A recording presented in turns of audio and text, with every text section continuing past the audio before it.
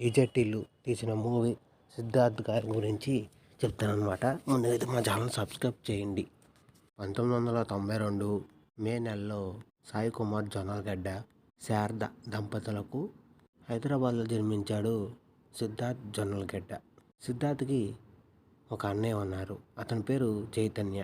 సిద్ధార్థ్ అమ్మగారు all India రేడియోలో job చేసేవాళ్ళు. అప్పుడప్పుడు సిద్ధును కూడా రేడియో స్టేషన్కి తీసుకెళ్లేవారు.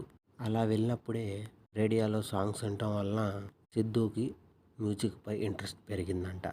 ఆ తర్వాత పెద్ద కొలది ప్రభుదేవ్, మైకల్ జాన్సన్ వంటి డ్యాన్సర్లను చూసి మంచి డ్యాన్సర్ అవ్వాలనుకున్నాడు. అయితే దానికన్నా ముందు సంగీతం మీద ఇంట్రెస్ట్తో అమ్మగారి సాయంతో తబలాన్ని నేర్చుకున్నాడు. ప్రతిరోజు స్కూల్ నుంచి వచ్చిన తర్వాత తబలా క్లాసులకు వెళ్ళేవాడు. అలా 4 సంవత్సరాలు తబలా నేర్చుకున్నాడు.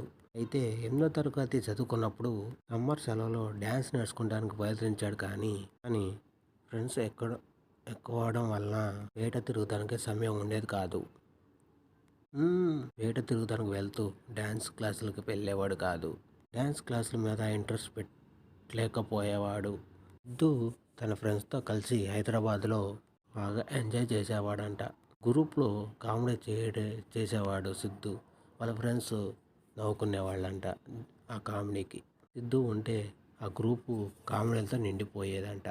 ఆ తర్వాత బీటెక్లో చేరాడు. బీటెక్లో చేరిన తర్వాత డ్యాన్స్ క్లాస్కి వెళ్ళడం మొదలుపెట్టాడంట సిద్ధు. Part 2 next.